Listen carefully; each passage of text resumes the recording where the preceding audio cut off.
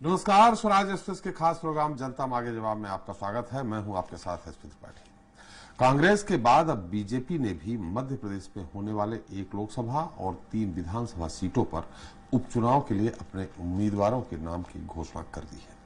Khandwa Lok Sabha seat पर BJP ने पूर्व जिला पंचायत अध्यक्ष ज्ञानेश्वर पाटिल पर दांव लगाया है, जबकि रैगांव विधानसभा सीट से प्रतिमा बागरी, जोबट से सुलोचना रावत और पृथ्वीपुर से शिशुपाल यादव को उम्मीदवार बनाया गया है। प्रदेश की 1 लोकसभा और 3 विधानसभा सीटों पर होने वाले उपचुनाव के लिए 8 अक्टूबर तक नामांकन दाखिल किया जाएगा।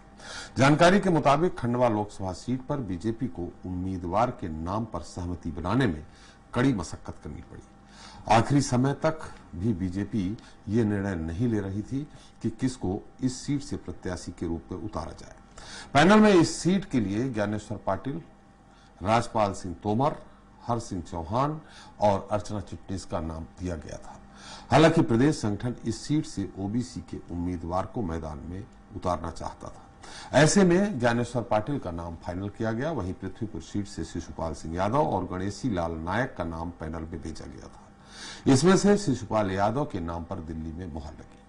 इसी तरह रैगांव से जिला महामंत्री प्रतिमा बागरी को टिकट दिया गया है, जबकि यहां से पुष्पराज बागरी के नाम पर भी विचार किया गया था। जोबट से कांग्रेस छोड़कर बीजेपी में शामिल हुई सुलोचना रावत को उम्मीदवार बनाया गया है।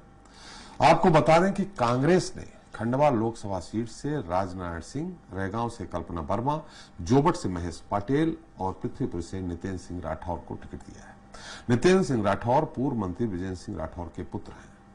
फिलहाल दोनों ही पार्टियों ने काफी मशक्कत के बाद नामों का ऐलान तो कर दिया है, लेकिन बड़ा सवाल यह है कि दल बदल करने वाले नेताओं को क्या उपचुनाव में मिलेगा कार्यकर्ताओं का सहयोग या अपने ही खड़े करेंगे प्रत्याशियों के लिए मुसीबत। सत्ता के संग्राम में आज बात इसी मुद्दे को लेकर।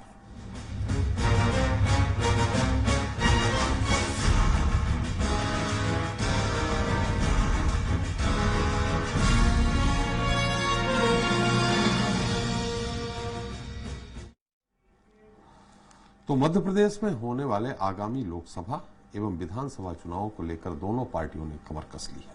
बीजेपी ने आज अपने सभी उम्मीदवारों की घोषणा भी कर दी, जबकि कांग्रेस पहले ही कर चुकी है। प्रदेश में 1 लोकसभा और 3 विधानसभा उपचुनाव होने हैं। उपचुनाव को आगामी 2023 के दृष्टिकोण से काफी अहम माना जा रहा है। उधर दमोह विधानसभा हारने के बाद बीजेपी इस बार कोई गलती करने के मूड में नहीं दिख रही है। खंडवा लोकसभा चुनाव की बात करें तो यहां दोनों ही दलों में अब कांटे की टक्कर है, तो रैगांव विधानसभा का मुकाबला भी बेहद दिलचस्प होने वाला है। यहां दोनों पार्टियों ने महिला उम्मीदवारों को मैदान में उतारा है। बीजेपी की ओर से 33 वर्षीय प्रतिमा बागरी चुनाव लड़ रही हैं। प्रतिमा ने LLB तक की पढ़ाई की है। वे सतना जिला संगठन में महामंत्री भी हैं। उनके पिता जय प्रताप बागरी जिला पंचायत सदस्य रह चुके हैं।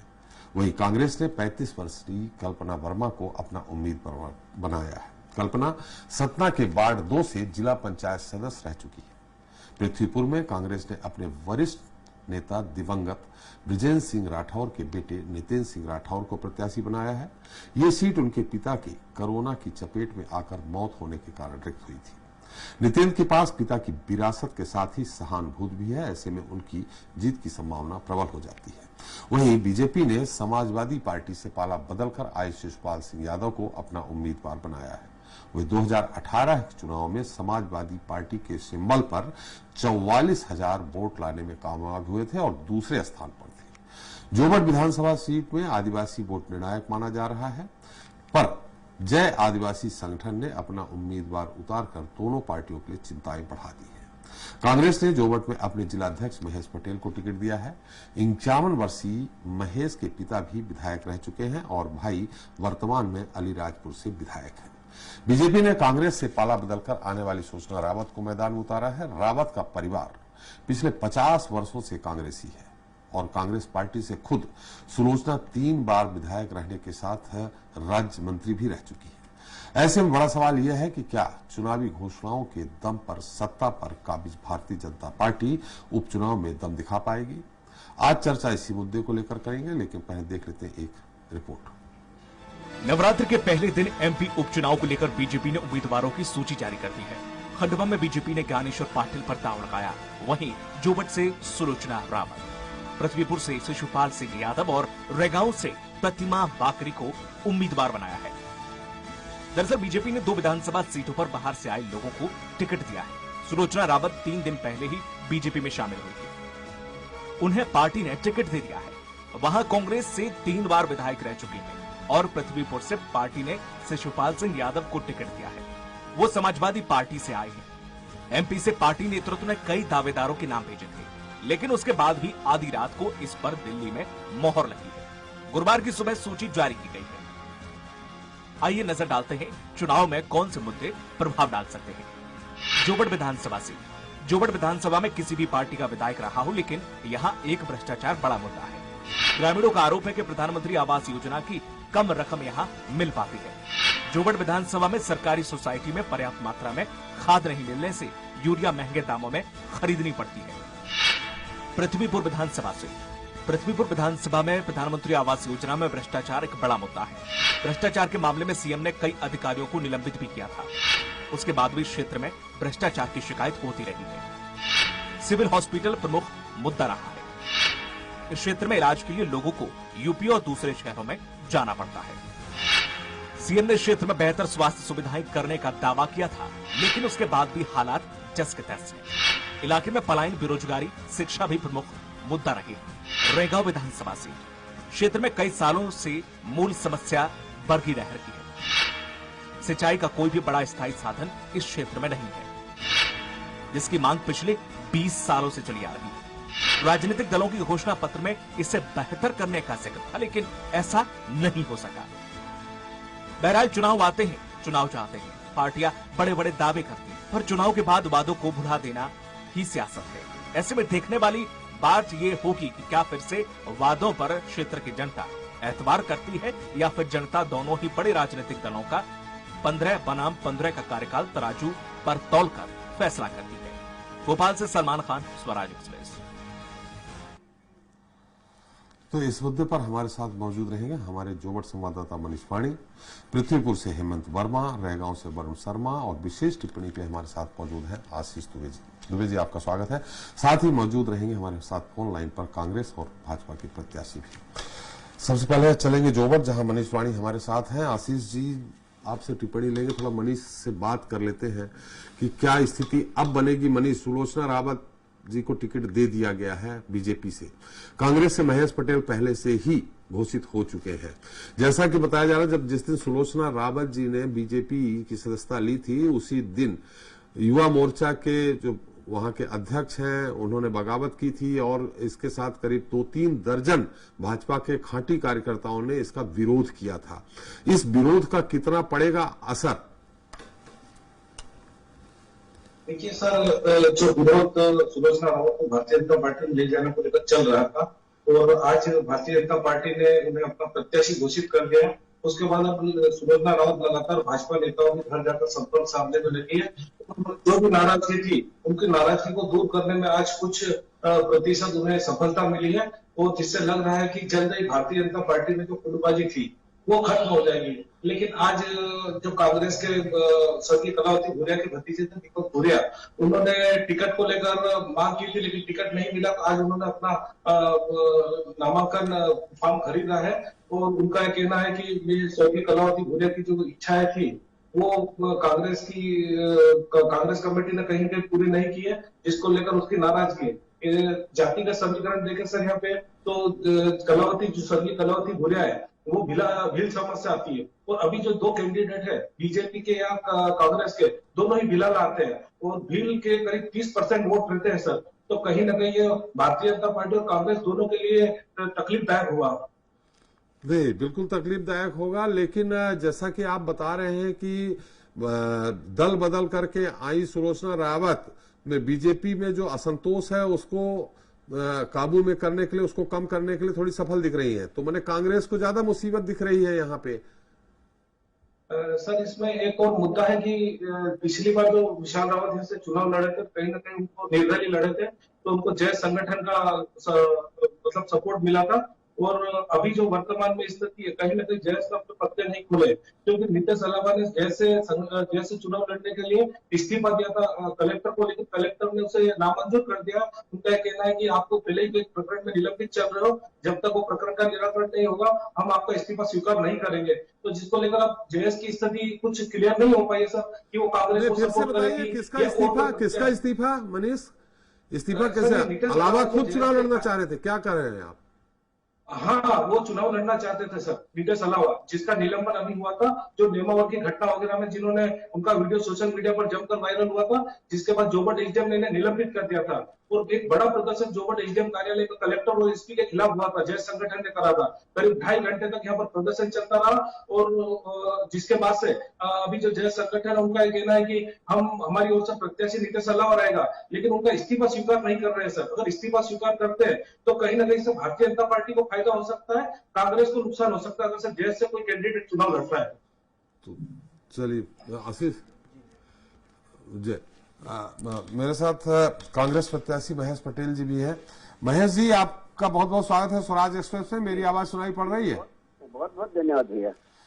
महेश जी, जैसा कि मैंने पहले भी कहा था, आपको शुभकामनाएं भी दी थी इसी प्रोग्राम में कि आप जल्द ही प्रत्याशी घोषित होंगे। अब आप घोषित हो चुके हैं, लेकिन जैसा कि हमारे संवाददाता मनीष बाणी बता रहे हैं कि वहां कलावती भूरिया के भतीजे भी चुनाव लड़ने के लिए उन्होंने आज फॉर्म भी ले लिया है और नामांकन भी दाखिल करने जा रहे हैं। और ऐसे में उनके जो अपने भील समाज के 30% वोट हैं, उनके दम पे वो चुनाव जीतने का दावा भी करेंगे। कैसे मना पाएंगे उनको?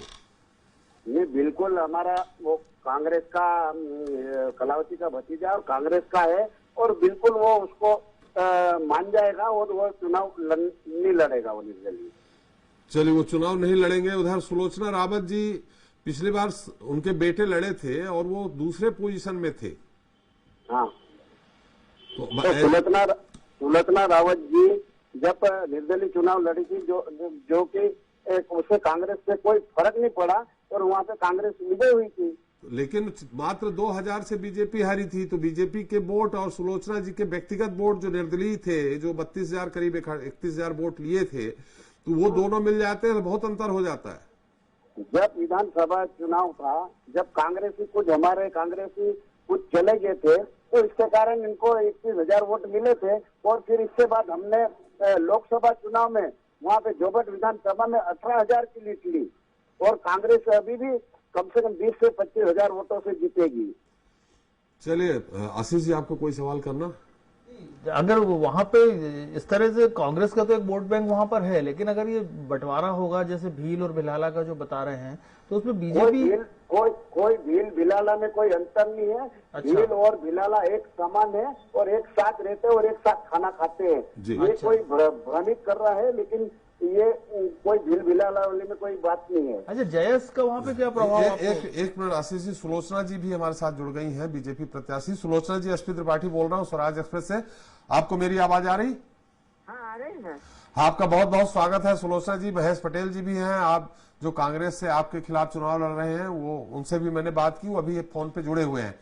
आपसे ये सवाल है कि वहां बीजेपी कार्यकर्ता जो है, आपका परिवार और आप खुद लंबे समय से, लगभग 50 सालों से कांग्रेस में जुड़ी रही हैं। इन स्थितियों में अब आप बीजेपी से चुनाव लड़ रही हैं, तो एक तो वहां के कार्यकर्ता जो बीजेपी के कर्मठ कार्यकर्ता हैं, वो विरोध करेंगे, उतना सहयोग नहीं मिलेगा।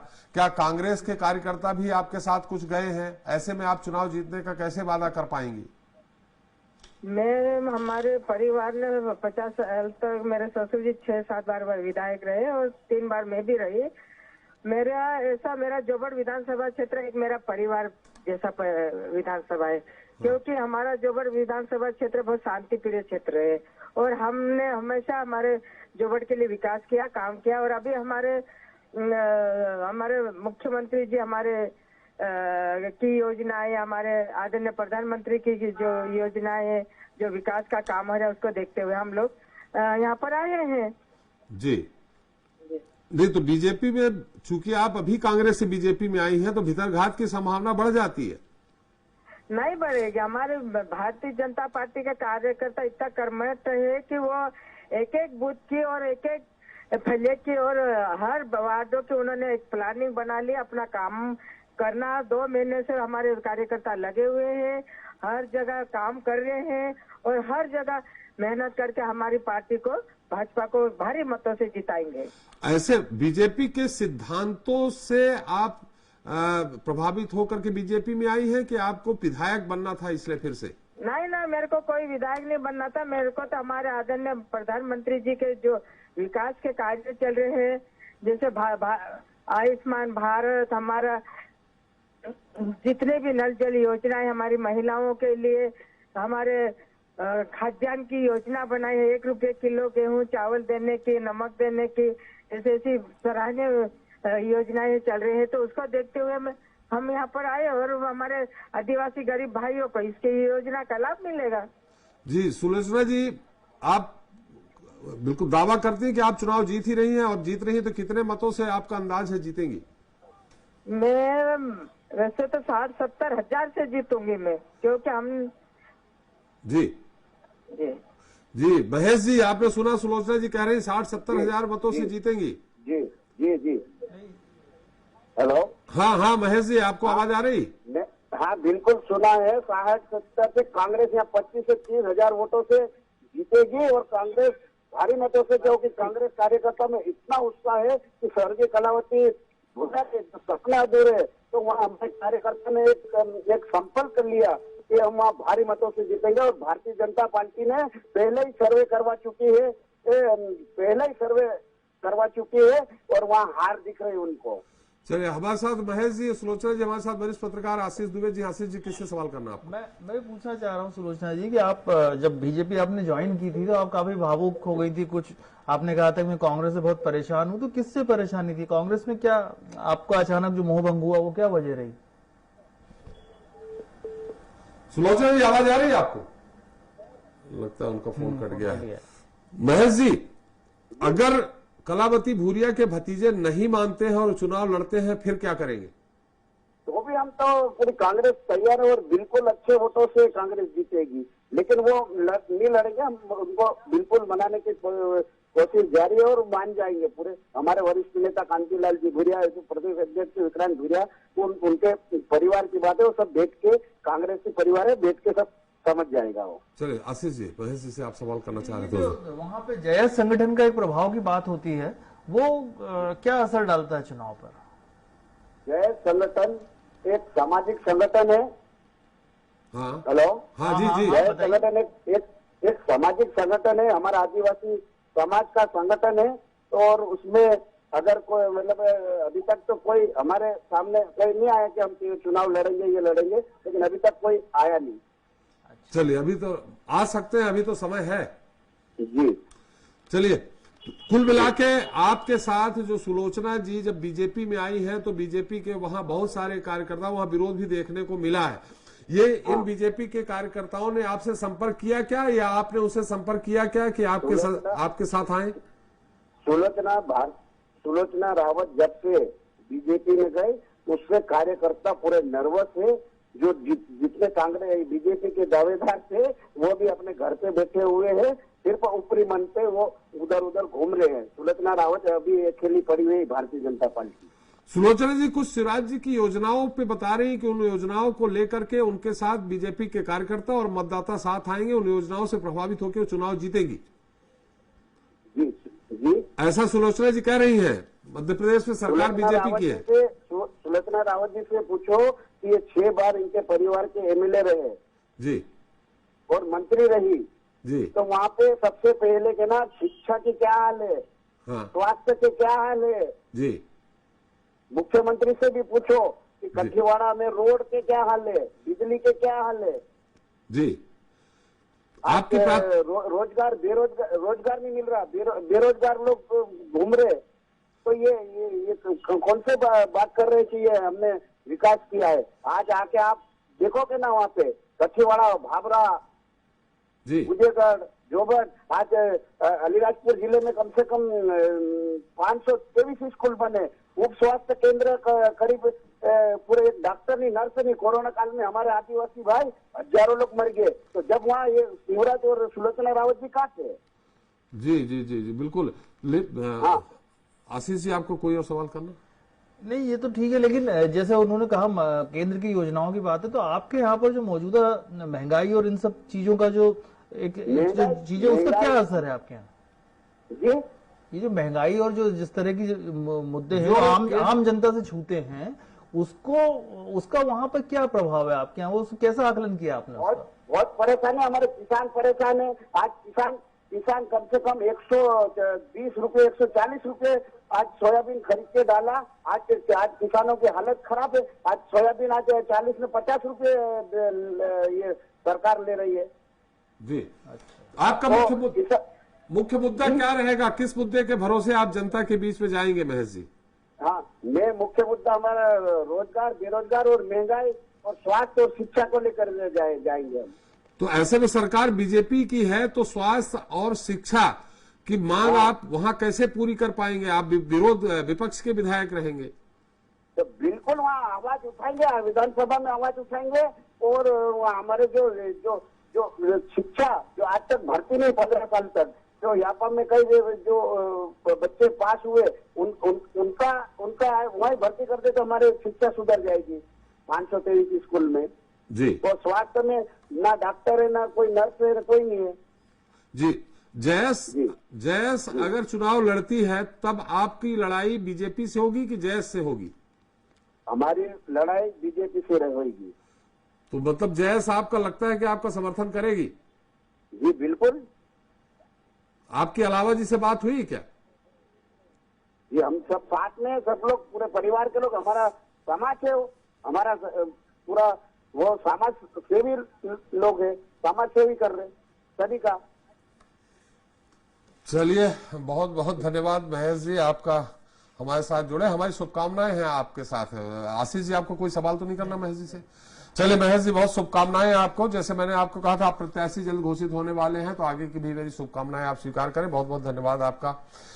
और वाणी जी, आपका भी धन्यवाद। हम चलते हैं सीधे रैगांव, जहां हमारे संवाददाता वरुण हमारे साथ जुड़ गए हैं।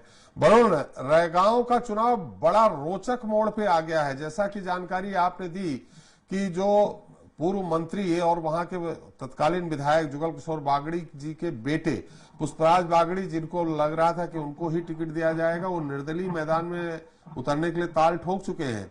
और दूसरी तरफ पूर्व विधायक 90 में जब जनता दल से चुनाव लड़े थे, तो धीरू करके हैं, वो विधायक चुनाव जीते थे और वो बागड़ी जी के परिवार से ही आते हैं। शायद वो समाजवादी पार्टी से वो भी चुनाव लड़ने की तैयारी कर रहे हैं। ऐसे बड़ा दिलचस्प मुकाबला हो गया है। किसका पलड़ा भारी रहेगा? जी बिल्कुल, देखा जाए तो आज जो प्रत्याशित रूप से जो टिकट भाजपा ने जुगल किशोर बागड़ी के जो बेटे थे पुष्पराज बागड़ी, उनकी जगह पर प्रतिमा बागड़ी जो जिला में महामंत्री है उनको उतारा, वैसे ही यहाँ पर एक हलचल हो गई पूरी सियासी। और उसके बाद पुष्पराज बागड़ी ने निर्दलीय प्रत्याशी के तौर पर अपना नामांकन दाखिल करने की घोषणा भी कर दी और ये भी कहा कि मैं अब क्षेत्र की जनता के बीच जाऊंगा, लोगों से पूछूंगा कैसा क्या करना है उस हिसाब से। और एक बड़ी बात बताऊं, जो छोटे भाई देवराज थे जो उनके लिए कंटक बने हुए थे इस टिकट दावेदारी में, तो छोटे भाई देवराज ने भी आज अपने भाई के साथ नामांकन फॉर्म लेने पहुंचे। तो उस घर से 3 लोगों ने नामांकन लिया। उनकी बहू वंदना बागड़ी ने, दोनों बेटों ने भी नामांकन फॉर्म ले लिया है। वही दूसरी ओर धीरेन्द्र सिंह धीरू जो 90 में जनता दल से विधायक हुए थे, उन्होंने भी अपनी ताल ठोक दी है समाजवादी पार्टी से। तो वही रानी बागड़ी जो जुगल किशोर बागड़ी, ये सब कई लोग एक ही परिवार से अब मैदान पे आ गए हैं। वही दूसरी ओर कांग्रेस की जो कल्पना वर्मा है, कांग्रेस में कोई टूट फूट नहीं दिख रही है। कांग्रेस अपने रास्ते पे चल रही है, जबकि भाजपा में अभी भी घमासान मचा हुआ है। बिल्कुल। चलिए, हमारे साथ प्रतिमा बागड़ी बीजेपी प्रत्याशी जुड़ गई है। प्रतिमा जी, स्वराज एक्सप्रेस से मैं एसपी त्रिपाठी बोल रहा हूँ। आपका बहुत बहुत स्वागत हमारे इस खास कार्यक्रम में। बहुत बहुत धन्यवाद आपका, बहुत बहुत धन्यवाद। प्रतिमा जी, हमारे साथ हमारे सतना ब्यूरो चीफ वरुण भी हैं। वो जिस तरह से बता रहे हैं कि आप लोग सब बागड़ी परिवार से ही हैं, जुगल किशोर बागड़ी हो, धीरेन्द्र सिंह धीरू जी हो, पुष्पराज बागड़ी हो। ऐसे में जैसा कि अभी जानकारी मिल रही है कि पुष्पराज बागड़ी जी विरोध करके निर्दलीय चुनाव मैदान में उतरने वाले हैं, तो भितरघात की संभावना बढ़ जाती है। कैसे रोक पाएंगे भितरघात आप? जी, ऐसी कोई संभावना नहीं है। आप लोग को जानकारी जो लगी है ये गलत है। वह बिल्कुल मेरे साथ हैं और मेरे साथ कंधे से कंधा मिलाकर मेरा प्रचार प्रसार और साथ साथ चलेंगे। तो भाजपा से अलग नहीं है। यह जानकारी गलत है। उन्होंने निर्दलीय प्रत्याशी के रूप में फॉर्म खरीद लिया है। नहीं, उन्होंने नहीं खरीदा है, जानकारी गलत है। एक मिनट प्रतिभा जी, आप हमारे साथ हैं। वरुण, आपसे जानना चाहेंगे, जैसा प्रतिभा जी कह रही हैं कि नहीं उन्होंने नहीं खरीदा, नहीं निर्दलीय चुनाव लड़ रहे हैं, वो प्रतिभा जी का साथ देंगे, क्या खबर है? जी, मैं बता दूं कि सबसे पहला फॉर्म ही पुष्पराज बागरी ने खरीदा था आज से 3 दिन पहले। जिस दिन से नामांकन प्रक्रिया शुरू हुई है, पुष्पराज बागरी ने पहला फॉर्म खरीदा। उसके बाद कल जो बीता हुआ कल है, उसमें वंदना बागरी जो उनकी जुगल किशोर बागरी की बहू है, उनने नामांकन फॉर्म खरीदा। और आज पुष्पराज बागरी के साथ जाकर देवराज बागरी ने भी अपना नामांकन फॉर्म खरीदा है। तो एक ही घर से 3 लोगों ने नामांकन फॉर्म खरीद चुके हैं, जिसकी पुष्टि पुष्पराज बागरी ने मीडिया को दिए हुए बयान में बाइट में करी है। और इसमें अब कोई दो राय नहीं है कि अब आगे कदम जो होगा कल, क्योंकि नामांकन फॉर्म उन्होंने ले लिए हैं और उन्होंने कहा भी है कि हम चुनाव लड़ेंगे, हमारे पिता की विरासत का सवाल है। तो अब ये तो कल 3 बजे के पहले तय होगा कि तीनों में से किसका फॉर्म आता है वहां पर। एक मिनट वरुण, रोकेंगे हम आपको। वरुण, हम आपको रोकेंगे। हमारे साथ कल्पना जी भी जुड़ गई हैं, कांग्रेस प्रत्याशी हैं। कल्पना जी, एसपी त्रिपाठी बोल रहा हूँ, स्वराज एक्सप्रेस से आपका बहुत बहुत स्वागत है।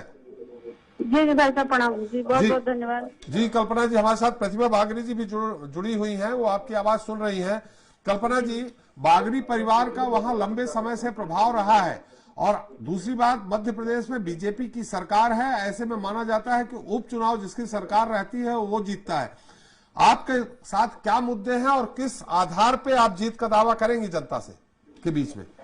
जी, इस समय सबसे ज्यादा मुद्दे रेगांव विधानसभा में ही हैं, और जो सबसे प्रथम है कि महंगाई का, जो आज पूरे देश में है जी। और किसानों की समस्याएं हैं। जो किसान हमारे 10 महीने से गाजीपुर बॉर्डर में बैठे हुए हैं, पर सरकार उनकी ओर ध्यान नहीं दे रही है। और किसान तो हर घर में होता है, किसानों से बढ़कर और किसी को कोई समस्या नहीं होती है जी। और जैसे हमारे आप विधानसभा में आ जाइए तो मध्य प्रदेश की कोई ऐसी विधानसभा नहीं है जितनी पिछड़ी हुई रेगांव विधानसभा है जी। वहाँ पर शिक्षा, स्वास्थ्य, सड़क, नाली और पानी, जो हमारे यहाँ पानी की समस्या को लेकर है कि बरगी का पानी यहाँ आना चाहिए, उसके लिए हमारे लोगों ने पिछली बार से मतलब 10 सालों से संघर्ष कर रहे हैं, लेकिन अभी तक वो पानी नहीं आ पाया है।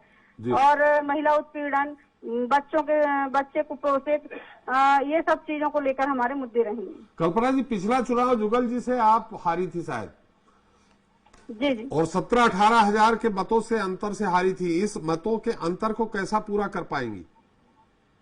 जी, पिछली बार क्या है कि मेरी स्थिति कुछ ठीक नहीं थी, मेरा स्वास्थ्य भी ठीक नहीं था, जिसके चलते जितनी भाग दौड़ या जितनी मेहनत या जितनी ज्यादा से ज्यादा जनसंपर्क होना चाहिए वो नहीं कर पाई थी। लेकिन इस बार हम लोग की पूरी तैयारी है, पूरा संगठन हम लोग का तैयार है और पूरी हम लोग मजबूती के साथ पूरी कांग्रेस पार्टी एक होकर चुनाव लड़ेगी। जी प्रतिभा जी, आपने सुना कल्पना जी ने बहुत अच्छी बात कही है। उन्होंने कहा कि लंबे समय से बागरी परिवार वहां के विधायक रहे हैं, आप रहे हो, सब एक ही परिवार के हैं आप लोग, चाहे पुष्पराज जी हो, चाहे आप हो, चाहे धीरेन्द्र सिंह धीरू हो, लेकिन पिछड़ा रहा है। वो कह रही पूरे प्रदेश में जितने भी विधानसभा क्षेत्र हैं सबसे पिछड़ा रेगांव है, खासकर बरगी डैम के पानी की समस्या को लेकर के। तो आपसे फिर सवाल करेंगे, चूंकि आप बीजेपी से प्रत्याशी हैं, तो जुगल जी पानी नहीं दिलवा पाए वहां के लोगों को बरगी का, ऐसे में क्या उत्तर देंगे आप जनता से? देखिए, कुछ एक टर्म होता है टेक्निकल अगर कहीं दिक्कत होती है तो उस टेक्निकल दिक्कत को हमें सॉल्व करने में कुछ समय लगता है। तो जब हमारी पार्टी ने इसका सॉल्यूशन ढूंढा है, वो मशीन मंगाई हैं, जो एक पहाड़ का पानी जो टनल बन रहा था उसमें बहुत सी दिक्कतें फंसी हैं, तो उस टनल को इस बात तक लाने के लिए जो मशीनरी का उपयोग करना था वहां, तो वो हमारी सरकार ने विदेश से मंगा के उस पर काम शुरू कर दिया है। और जैसा कि पहले ही हमारे सतना जिले के सांसद द्वारा बता दिया गया है कि 23 तक बरगी का पानी यहाँ तक पहुँचा दिया जाएगा, उसके लिए हमारी सरकार बिल्कुल अग्रिम रूप से प्रयासरत है। तो ये तो कहीं मुद्दा ही नहीं बनता है कि हम बरगी का पानी ला नहीं पा रहे हैं। तो सन 2023 तक हमारी सरकार को यहाँ बरगी का पानी हर हाल में लेके आना है। जी प्रतिभा जी, एक और है, जैसे कि आप कह रहे हैं कि पुष्पराज बागरी आपके साथ आ जाएंगे, उनके भाई आपके साथ आ जाएंगे, ठीक है, उन्होंने फार्म ले लिया हो, लेकिन अंततः बीजेपी बड़ा संगठन है, मना लेंगे। लेकिन धीरेन्द्र सिंह धीरू को कैसे मना पाएंगे? अगर वो चुनाव लड़ेंगे तो बागरी परिवार को ही नुकसान होगा, बीजेपी से ज्यादा बागरी परिवार को नुकसान होगा। कोई नुकसान नहीं होगा, क्योंकि आप लोगों के पास सारी जानकारी रहती है जी। इतने वर्षों से, इतने पंचवर्षीय 5 साल हर एक पंचवर्षीय चुनाव में वह अपनी कहीं न कहीं उपस्थिति रखते हैं, तो उससे पार्टी को कभी उनके चुनाव लड़ने से ऐसा नुकसान नहीं हुआ है कि वह बहुत ज्यादा घातक रहा हो। तो उसकी चिंता फिलहाल पार्टी को बिल्कुल ही नहीं है कि उनके लड़ने से भाजपा को कोई नुकसान होगा। जी, प्रतिभा जी और कल्पना जी, हमारे साथ वरिष्ठ पत्रकार आशीष दुबे जी हैं, वो सवाल करना चाहते हैं। आशीष जी, किससे सवाल है आपका? प्रतिभा जी से पूछना चाहूंगा। प्रतिभा जी, आपसे आशीष दुबे जी वरिष्ठ पत्रकार हमारे साथ हैं, वो आपसे सवाल करना चाह रहे हैं। क्योंकि देखिए, आपके पास मुझे ऐसा लगता है काफी चुनौतियां भी आपको झेलनी होंगी, क्योंकि ये भाजपा के मिजाज की सीट तो जरूर रही है, लेकिन चूंकि एक परिवार से बहुत सारी चुनौतियां आपके सामने आएंगी, और अगर जाहिर तौर पे नहीं आई तो अंदरूनी तौर पर भी आएंगी। तो एक तो पहले वो मुद्दा होगा। दूसरी बात है कि जो अभी जो आप चूंकि महिला है और महिलाओं से संबंधित एक महंगाई का बड़ा मुद्दा है, जो रसोई गैस और ये पेट्रोल डीजल और इससे जुड़, तो इन दोनों चीजों को के लिए आपके पास क्या इसका रेमेडी है? क्या आप किस तरह से इसको करेंगे? रेमेडी ही इसका सॉल्यूशन है। देखिए, हम जो रेमेडीज प्रोवाइड कर रहे हैं, आपके थ्रू कहा गया कि रेमेडी क्या है, तो रेमेडी जो अभी हम एक कोविड ऐसी कोरोना वायरस ऐसा वायरस था जिसने पूरे कहा जाए विश्व में एक आतंक मचाया था, जिसमें एक हमारा देश ऐसा है कि जिसने अभी तक सबसे ज्यादा तीव्रता जो थी वो देखी गई, और उसको दबाने में, उसको कम करने में कहीं ना कहीं हमारा देश सबसे अव्वल रहा है। तो उसका रीजन ये है कि हमने वैक्सीनेशन बहुत स्पीड में किया है। तो ये तो वैसी बात हो जा रही है कि अपन काम तो कर रहे हैं, जनहित में ही काम कर रहे हैं, तो उसके लिए वो अच्छाई कोई नहीं देखता, बुराई सब लोग देख लेते हैं। तो अच्छे कामों को कोई नहीं गिना रहा है। भाजपा बहुत अच्छा काम कर रही है, जनहित में काम कर रही है, लोगों के लिए काम कर रही है। तो वह मुद्दे हैं, उसको कुछ ना कुछ मुद्दा लेके कांग्रेस को जाना होगा जी। तो वो अपना एक मुद्दा बनाए हैं महंगाई को। जी आशीष जी, क्या जी इस तरह मतलब ये महंगाई कोई मुद्दा नहीं है, मतलब इस समय समाज में, सोसाइटी में? जी, आप देखिए, महंगाई मुद्दा बनाया जा सकता है, लेकिन कुछ चीज पाने के लिए कुछ चीज में हमें एडजस्ट करना पड़ता है जी। अच्छा, तो वो एडजस्टमेंट है। किस तरह से एडजस्टमेंट? प्रतिभा जी, आप बताइए, जब यूपीए की सरकार थी उस दौरान जो क्रूड ऑयल था वो 140-145 डॉलर प्रति बैरल गया था, और आज की स्थिति में जब अभी बढ़ा है तब 80 डॉलर प्रति बैरल मिल रहा है। उस समय 65-66 रुपए पेट्रोल हुआ था, तो बड़ा बीजेपी के लोगों ने साइकिल चला के बहुत जबरदस्त प्रदर्शन किया था। आज 113 रुपए पेट्रोल पहुंच गया है। ये जनता आपसे पूछेगी नहीं, जबकि क्रूड ऑयल सस्ता हुआ है। जी जी, गैस सिलेंडर 1000 पहुंच गया है, और आप महिला हैं, ऐसे में महिलाएं जरूर आपसे सवाल करेंगी। जी जी, बिल्कुल बिल्कुल। नहीं तो उन सवालों का उत्तर कैसे देंगी आप? उन सवालों के लिए, उनको जवाब देने के लिए बहुत सी ऐसी बातें हैं जो उनसे की जा सकती हैं जी, और जिसमें चूंकि इकोनॉमिकल फाइट चल रही है, सभी की चल रही है, ये केवल व्यक्तिगत किसी की नहीं चल रही, पूरे देश की इकोनॉमिकल फाइट चल रही है जी। तो कहीं न कहीं जब हम अपने देश को बचाना है, सबसे पहली है यहाँ लोगों की जान जो प्राथमिकता है। तो यदि लोगों का सर्वाइवल होगा तो कहीं ना कहीं हम लोग एग्जिस्ट कर लेंगे। पर सबसे ज्यादा जो था अभी इम्पोर्टेंट था वैक्सीनेशन, इसको लेकर ये मुहिम चलाई गई थी, और जैसे ही वैक्सीनेशन हो जाएगा तो इसका भी एक सॉर्ट आउट हमारी सरकार निकाल के लेके आएगी। तो ये थोड़ा सा एडजस्टमेंट है, इसको लेकर हम जनता के बीच जाएंगे और समझा लेंगे जी। है कि ये कल्पना जी से सवाल कर ले आशीष जी। कल्पना जी, प्रतिभा जी ने जो भी बातें कही हैं, जिन मुद्दों के आधार पे जनता के पास जाएंगी और वो जीतने का दावा कर रही हैं, कल्पना जी आप मेरी आवाज सुन रही? जी जी सुन रही हूँ। कल्पना जी, प्रतिभा जी कह रही है महंगाई कोई मुद्दा नहीं है, मुद्दा बनाया जा रहा है। और आप अगर महंगाई मुद्दा नहीं है तो फिर कांग्रेस किस आधार पे जीतेगी? अब क्या है कि भाजपा के पास जो काला धन रखा हुआ है, भ्रष्टाचार का जो धन रखा हुआ है, तो इसलिए ये महंगाई, उनको महंगाई नहीं लग रही है। लेकिन जो गरीब परिवार है, जिसके घर में खाने को नहीं है, आप उसके घर जाके पूछिए कि 120 रुपए का जो सरसों का तेल मिल रहा है वो कैसे आएगा। जी। जो सरसों का तेल 40-50 रुपए लीटर मिलता था, आज वो 200 पार होने वाला है। तो बताइए कैसे चूल्हा जलेगा। महिलाओं की रसोई की हालत खराब हो गई है। डीजल पेट्रोल के दाम 100 के पार हो गए हैं। जब 40-50 रुपए डीजल पेट्रोल के दाम थे तब भाजपा वालों को डाइन लगती थी महंगाई। लेकिन आज क्या हो गया है, आज भी पब्लिक वही है, हम भी वही हैं, आप भी वही हैं, पर आज ये महंगाई चरम पर जा रही है। फिर महंगाई, भाजपा वालों को महंगाई नहीं लग रही है। चलिए प्रतिभा जी, कल्पना जी को सुन लिया आपने? जी जी। उत्तर देना चाहेंगी? जी बिल्कुल जी।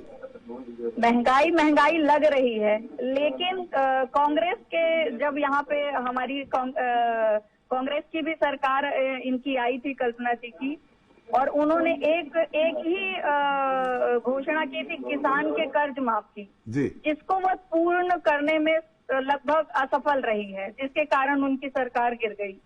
तो एक कमिटमेंट को वो पूरा नहीं कर पाए हैं। बहुत से कमिटमेंट की अपन बात ही छोड़ देते हैं। तो जब अगर एक कमिटमेंट लोगों की पूरी नहीं हो जा रही, तो यहाँ तो हमारे सरकार द्वारा हर एक क्षेत्र को देखा जा रहा, हर एक उसको मॉनिटरिंग करके जिसको जितनी आवश्यकता है उतना इकोनॉमिकल सपोर्ट दिया जा रहा है। तो निश्चय है आने वाले समय में ये बैलेंस हो जाएगा। इसको लेकर बहुत बड़ा इशू नहीं, अपन समझाएंगे कि रीजंस क्या है इसके प्राइस राइज के, और वो एक दिन डाउनफॉल जरूर होगा। जी चलिए, कल्पना जी, आपने बड़े आत्मविश्वास के साथ प्रतिमा जी कह रही हैं कि महंगाई का नहीं भाई साहब, मैं एक इनका जवाब देना चाहती हूँ, कृपया मुझे सुनने का प्रयास करें। जी।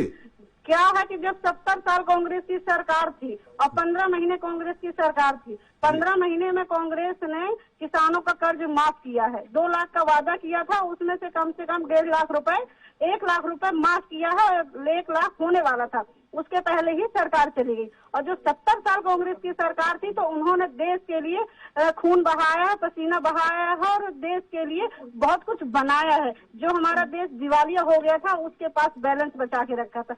आज जो भाजपा की सरकार ये बेचती जा रही है, हमारे स्वास्थ्य विभाग को बेच दिया, रेलवे को बेच दिया, जो ये बड़ी बड़ी इंडस्ट्री है, जो हमारे देश का सम्मान है, उसको जब इन्होंने गिरवी रख दिया टाटा और बिरला को, तो आज हमारे देश के पास बच क्या रहा है, ये बेच क्या रहे हैं बताइए।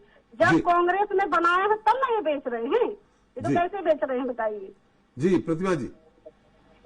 जी प्रतिभा जी, कल्पना जी जो आरोप लगा रही है, हर चीज कांग्रेस ने बनाया है तो उसका प्रॉपर क्यों नहीं, हम चला क्यों नहीं पा रहे हैं उसको प्रॉपरली, तरीके से चल क्यों नहीं रही, वो व्यवस्थाएं क्यों इतनी अस्त व्यस्त है।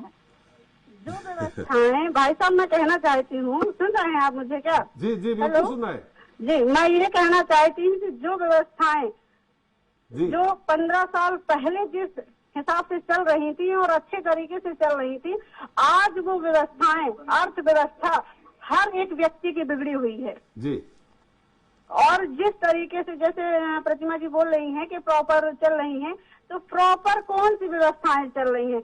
मात्र आपकी सरकार है तो आप लोगों की चल रही हैं, बाकी गरीब व्यक्ति से जाके पूछिए कि उसकी व्यवस्थाएं कैसी चल रही हैं। जो महिलाएं हैं जिन्होंने अपने लिए, अपनी बेटी बच्चे के कभी बीमार हो जाए और या पति को कभी जरूरत पड़ जाए, उसके लिए उन्होंने धन छुपा के रखा था, जो उसको भी उन्होंने निकाल दिया काला धन कह के। अच्छा, मतलब एक महिला के पास यदि 100-200 रुपए है तो वो काला धन हो गया है ना, तो वो कह के निकलवा दिया। तो ये सब क्या है? नोटबंदी करके ये सब किया है। आज रसोई की गैस बताइए, जो 450 रुपए का सिलेंडर मिलता था, आज वो 1000 रुपए का मिल रहा है।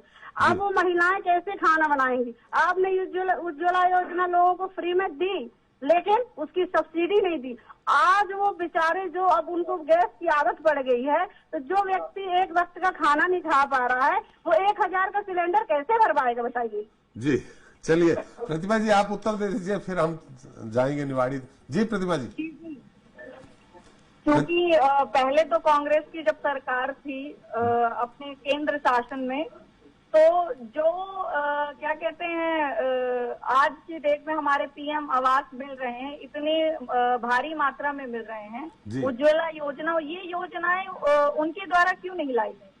वह क्यों नहीं लाने में सक्षम हुए? क्यों नहीं गरीबों के बारे में सोचा कि उनको आवास होना चाहिए, उनको खाद्यान्न इतना पर्याप्त मात्रा में मिलना चाहिए? प्रतिमा जी इंदिरा आवास चल रहा था, गरीबों को इंदिरा आवास के नाम से जो योजना चल रही थी उसमें मिल रहा है। कितना मिलता था, कितना नंबर, 1 या 2, पूरे गांव में 1 या 2। आज की डेट में आप पीएम आवास देखिए तो कितने, मतलब लगभग गाँव में कितने पीएम आवास बन गए। जो गरीब को पहले 35 किलो मिलता था। हेलो, हाँ कल्पना जी सुनिए, प्रतिमा जी उत्तर दे रही, मैं फिर आपके पास आऊंगा। मैं एक सवाल आपको इसका जवाब देना चाहती हूँ कि जो ये पीएम आवास की बात कर रही हैं, ये पहले इंदिरा गांधी इंदिरा आवास के नाम से जाना जाता था, है ना। और जो ये बोल रही है खाद्यान्न के बारे में, तो पहले जब कांग्रेस की सरकार थी केंद्र में, तब हर एक व्यक्ति को 35 किलो गल्ला दिया जाता था, लेकिन वही आज घटा के 5 किलो कर दिया गया है। तो आप बताइए कि वो चीज बढ़ना चाहिए कि घटना चाहिए? मैं आपसे सवाल पूछती हूँ, प्रतिमा जी से पूछती हूँ कि 35 किलो का 50 होना चाहिए कि 35 का 5 किलो होना चाहिए? जी। बिजली का बिल बताइए, जो कांग्रेस पार्टी की सरकार जब थी तो कांग्रेस की सरकार में 1 बत्ती कनेक्शन मुफ्त दिया जाता था किसानों को, और जब अभी 15 महीने की सरकार आई तो 1 रुपए पर यूनिट के हिसाब से लाइट दी जा रही थी। आज तो ये स्थिति है कि लोगों के घर में कनेक्शन नहीं है जी, लोगों के घर में मीटर लगा है, मीटर नहीं लगा है, लेकिन बिल जरूर आ रहा है। मतलब कहना चाहिए कि बिजली का इस समय बिल में करंट आने लगा, तार में खत्म हो गया है। चलिए कल्पना जी प्रतिमा जी से उत्तर ले लें। आशीष जी आपको भी किसी सवाल करना है बहुत संक्षेप में? मुझे लगता है कि अब सवाल का नहीं, लेकिन मुझे लग रहा है कि 2 महिलाओं के बीच में जो मुकाबला है काफी दिलचस्प हो सकता है। जैसा जिस तरह से आरोप प्रत्यारोप एक दूसरे पे हैं प्रतिमा जी और कल्पना जी के बीच में, तो मुझे लगता है मुकाबला भी बड़ा दिलचस्प होगा। लेकिन संक्षेप में उत्तर दे दीजिए प्रतिमा जी आप, कि जैसा उन्होंने कहा कि उज्ज्वला योजना के तहत आपने गैस सिलेंडर और चूल्हा तो दे दिया, लेकिन एक ही बार दिया, सब्सिडी नहीं दी। ऐसे में अब 1000 रुपए प्रति सिलेंडर हो गया है, तो कैसे वो भरवाएगा गरीब? ठीक है आपने दे दिया, उनकी आदत भी पड़ गई। प्रतिमा जी। जी मैंने जैसे कहा, ये फॉर द टाइम बीइंग है, थोड़े समय के लिए है। और हमारी सरकार का देखिए मुख्य उद्देश्य है राष्ट्र और गरीबों का हित जी, उनका सम्मान जी, ये हमारे सरकार की नीति है। और इतनी ही मतलब 60 साल इनकी सरकार ने राज किया, 370 धारा को हटाने के बारे में सोचा ही नहीं, कश्मीर को अपनाने के बारे में बिल्कुल सोचा ही नहीं। ऐसा क्यों? आज हमारी सरकार बनी और इसको हटाने में प्रतिमा जी रैगांव में धारा 370 मुद्दा प्रभावी नहीं रहेगा। मुद्दा यहाँ पे ये है कि कार्यकाल किसका, 60 साल सरकार जिसने चलाई है और जिसने 15 साल अभी सरकार चलाई है, किसका धारा 370 की ही केवल आप बात करेंगे? महंगाई, वहां की जनता तो महंगाई से त्रस्त है ना। जी। कश्मीर की जनता थोड़ी मतदान करने आएगी। सुन रहे हैं? जी सुन रहा हूँ। जी मैं ये बोलना चाह रही हूँ कि रेगांव में 370 की कोई धारा नहीं लगी थी। और मैं आपसे ये कहना चाहती हूँ कि जो प्रतिमा जी बोल रही है कि 60 साल, तो आप ये बताइए कि जो मोदी जी प्रधानमंत्री बने थे तो ये कह के आए थे कि हम रोजगार देंगे युवाओं को, बोला था कि नहीं बोला था? आपको भी मालूम होगा। पर आज युवा बेचारे बेरोजगार क्यों घूम रहे हैं? कहाँ है उनका नौकरी? और मैं आपसे कहना चाहती हूँ कि जिस तरीके से प्रधानमंत्री जी ने कहा था कि अच्छा क्या बोलते हैं, जो हमारे युवा साथी हैं वो पकौड़े तले, तो अब तो पकौड़े तलने के लिए तेल भी उन्होंने छीन लिया, तो पानी में थोड़ी तल जाएंगे बताइए। बहुत अच्छा उत्तर दे रही कल्पना जी। प्रतिमा जी जरूर बोलना चाहेंगी, आप तो वकील भी हैं। जी जब आप राष्ट्र हित की बात करेंगे तो बातें तो सभी की करेंगे ना, इसमें फिर एक जगह सेंट्रलाइज होकर थोड़ी के रेगांव का मुद्दा उठाना है। जब राष्ट्र हित की बात हो रही है और रह गई तलने वाली बात, तो देखिए अभी आप किसी घर में देखिए, और यदि कोई व्यक्ति कमाने वाला नहीं है वहाँ जी, ठीक है, तो उस घर की परिस्थितियां क्या होंगी, कैसे चलेगा? तो शायद राष्ट्र का भी अभी यही हाल है कि कोरोना जैसा वायरस, इतना तीव्र घातक वायरस आया जहां लोगों को अपनी जान, अपने लोगों को मतलब अपने सगे संबंधियों से दूरियां हो गई जी। उनको तो कल्पना जी एक मिनट कल्पना जी, प्रतिमा जी की बात आ जाए, मैं फिर दूंगा आपको समय। कल्पना जी फिर दूंगा, प्रतिमा जी की बात आ जाए। जी प्रतिमा जी।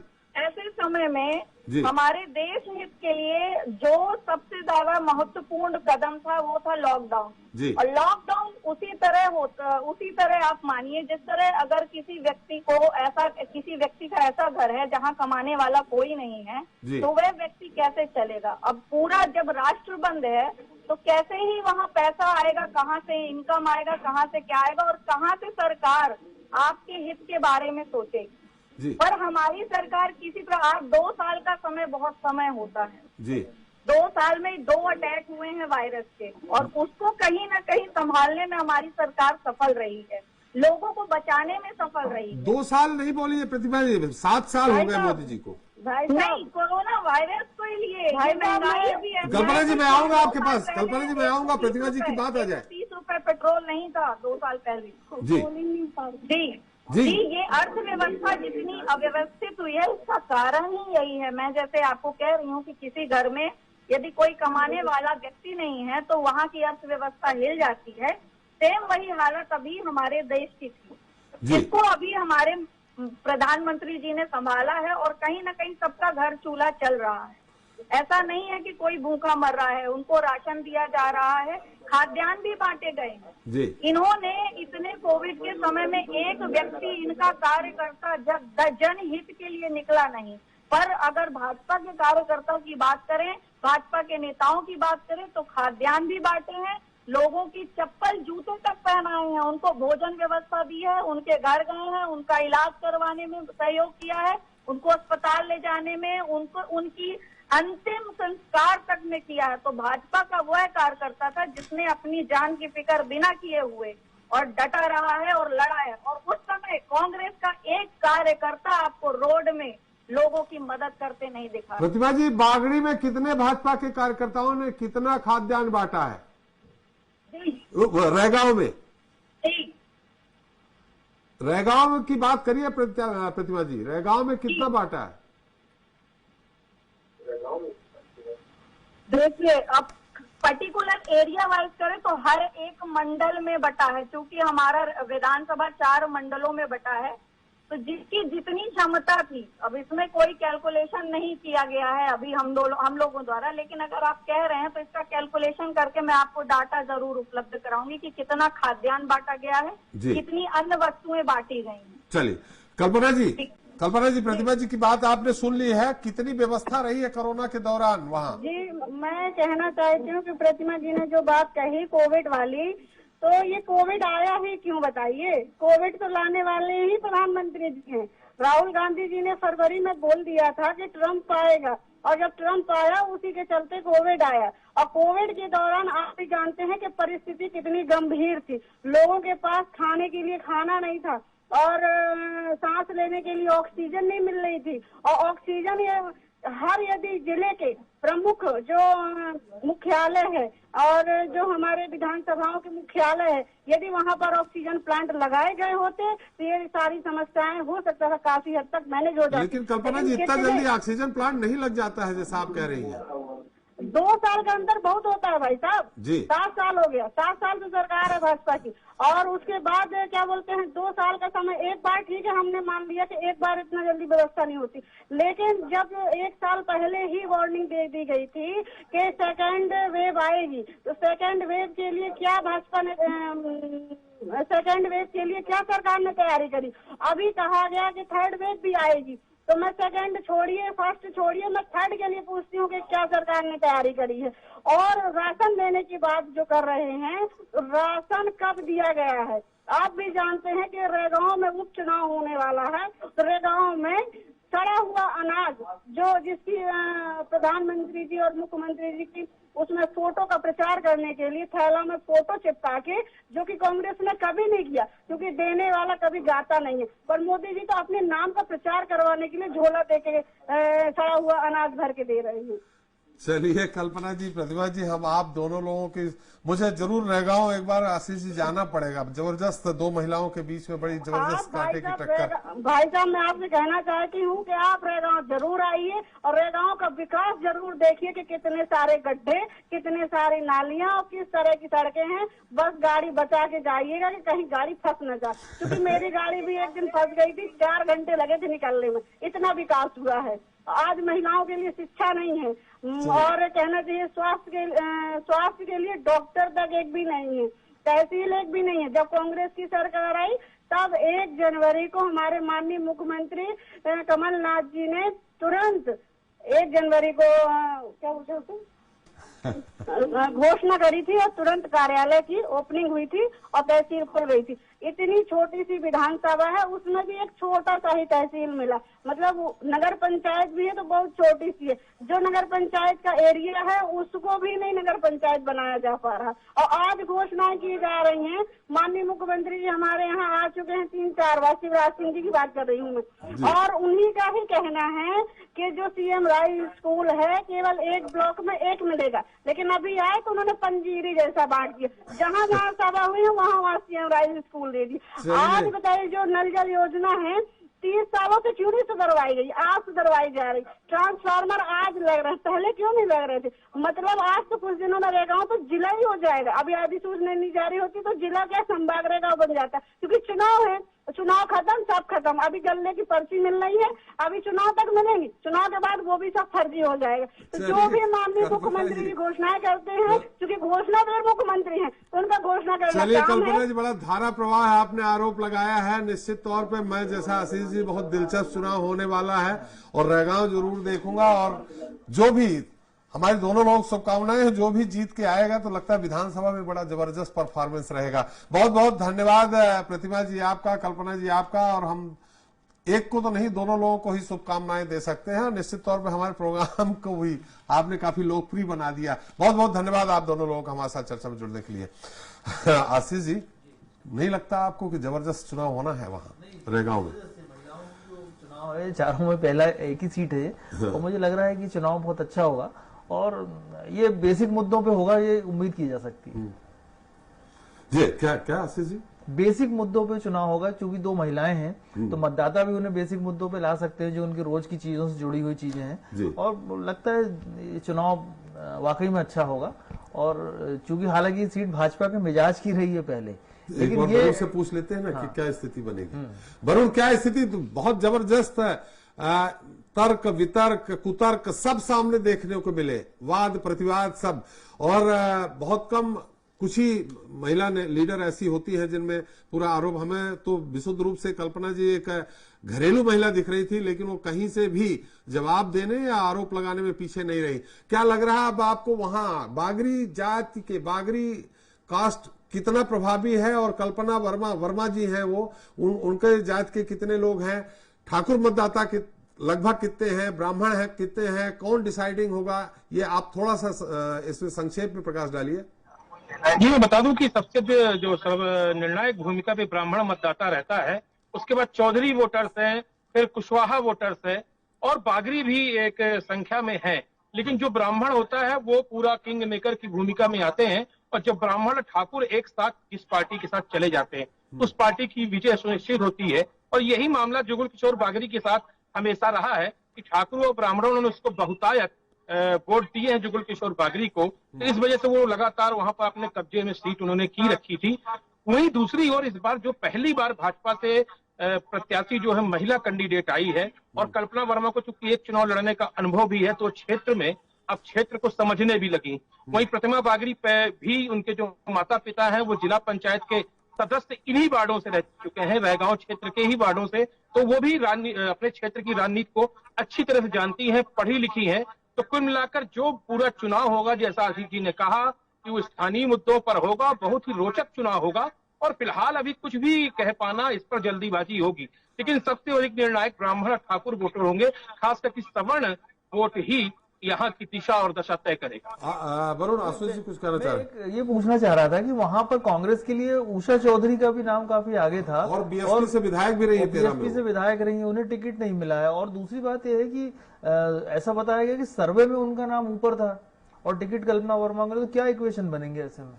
देखिए, अगर उषा चौधरी हो, कल्पना वर्मा हो, एक ही उससे कास्ट से आती है और चौधरी वोटर भी वहां पर काफी संख्या में पाया जाता है। लेकिन जहां तक यहाँ पर माना जाए, सिद्धार्थ कुशवाहा जो सतना के विधायक हैं, क्योंकि कमलनाथ गुट से आते हैं और चूंकि वहाँ जो कुशवाहा वोटर्स है वो भी वहां पर करीब 22,000 वोटर कुशवाहा है। उस स्थिति में सिद्धार्थ कुशवाहा की नाराजगी मोल नहीं लेना चाहती थी पार्टी, और कमलनाथ जी ने इस पर स्वयं अपना सर्वे कराया था। और यहाँ के विधायक जो सिद्धार्थ है, उनका भी यही मत था कि क्योंकि उनकी पत्नी भी वहां से, सिद्धार्थ कुशवाहा की पत्नी प्रीति कुशवाहा भी वहां से जिला पंचायत सदस्य रैगांव क्षेत्र से ही है, तो उनकी कहीं ना कहीं वो इस पर अपना मत चला रहे थे और इस कारण से वो टिकट मिली है। और दूसरा बड़ा ये मुद्दा था कि उनको पिछली बार 48,000 से ज्यादा वोट कल्पना वर्मा को मिले थे, इसलिए लोग ये कह रहे थे कि सहानुभूति हम लेंगे, क्योंकि पिछली बार उनको नहीं जीत पाई थी। तो सहानुभूति और कुछ यहाँ के स्थानीय गुटबाजी, वो दोनों मिलाकर कमलनाथ गुट की चली और यहाँ पर वो टिकट कल्पना वर्मा के खाते में गई। और आज जिस तरीके से महिलाओं के बीच आ गया है, हालांकि भाजपा के जो विरोधी खेमा है उनका ये कहना है कि सीट भाजपा के हाथ से जा सकती है, क्योंकि पुष्पराज बागरी जो जुगल किशोर बागरी के परिवार से कोई भी निर्दलीय आने पाया तो भाजपा का एक बहुत बड़ा नुकसान हो जाएगा। लेकिन ये स्थिति तो कल दोपहर के बाद तक ही स्थिति होगी कि कौन नॉमिनेशन उनके परिवार से भरता है। धीरेन्द्र धीरू के लड़ने से किसको नुकसान हो रहा है? जी, उसका सीधा वो नुकसान भाजपा का ही करेंगे कि धीरू हर बार 5,000 4,000 वोट हर चुनाव में लड़ते हैं, तो वो ये माना जाता है कि भाजपा का ही करते हैं, क्योंकि समाजवादी पार्टी है। तो हालांकि कोई जनाधार नहीं है, लेकिन उनका चूंकि पुराने जिला पंचायत अध्यक्ष रह चुके हैं, इसके अलावा विधायक भी रह चुके हैं, तो कुछ तो उनके वोट वो नुकसान करेंगे। तो वो भी बीजेपी, क्योंकि वो भी उसी परिवार से हैं, वो उनके चाचा लगते थे, तो सब उसी परिवार से हैं और उसी परिवार में ही विद्रोह है। जबकि कांग्रेस में अभी कोई स्थिति विद्रोह की नहीं है, क्योंकि वहां से दावेदारी थे। अब उषा चौधरी भी चूंकि कोई बगावत उन्होंने नहीं की, ना उनका कोई बयान आया, तो ये लग रहा है कि एक होकर ये सब चुनाव लड़ेंगे। चलिए, बहुत बहुत धन्यवाद वरुण सारी जानकारी देने के लिए। आशीष जी, अंतिम टिप्पणी आपकी जोबट को लेकर के।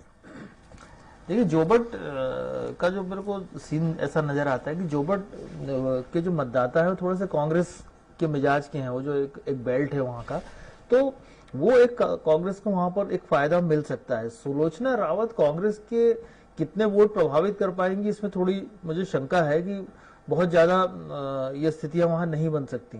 और महेश पटेल चूंकि चुनाव लड़ने के भी अनुभवी है, उनके परिवार में लोग कांग्रेस के हैं, तो और एक कलावती भूरिया के प्रति जो सहानुभूति का जो एक फैक्टर आएगा यदि उनके भतीजे को चुनाव नहीं लड़ते हैं, तो मुझे लगता है कांग्रेस की पोजीशन थोड़ी सी अभी बेहतर नजर आ रही है। आगे चुनाव कैसे करवट लेता है ये लगेगा, लेकिन वहां पर अभी थोड़ा कंफर्टेबल मुझे लगता है वहां पे। बहुत बहुत धन्यवाद आपका भी आशीष जी सारी टिप्पणी करने के लिए, एनालिसिस करने के लिए।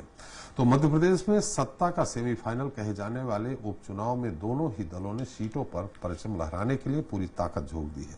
लगातार भोपाल से लेकर विधानसभा क्षेत्रों के पार्टी कार्यालयों में रणनीति तय की जा रही है। जनता को अपनी तरफ रिझाने की पूरी कोशिश और वादे किए जा रहे हैं। दोनों ही दल इस दौरान किसी भी तरह के रिस्क नहीं लेना चाहते। वहीं मतदाताओं के मन में क्या है ये किसी को नहीं पता, ये आने वाले परिणाम ही बताएंगे। मगर मुझे जो लगा, रैगांव में दो महिलाओं के बीच जो मुकाबला होगा वो बहुत ही दिलचस्प होगा। जनता मांगे जवाब में इतना ही। धन्यवाद, नमस्कार।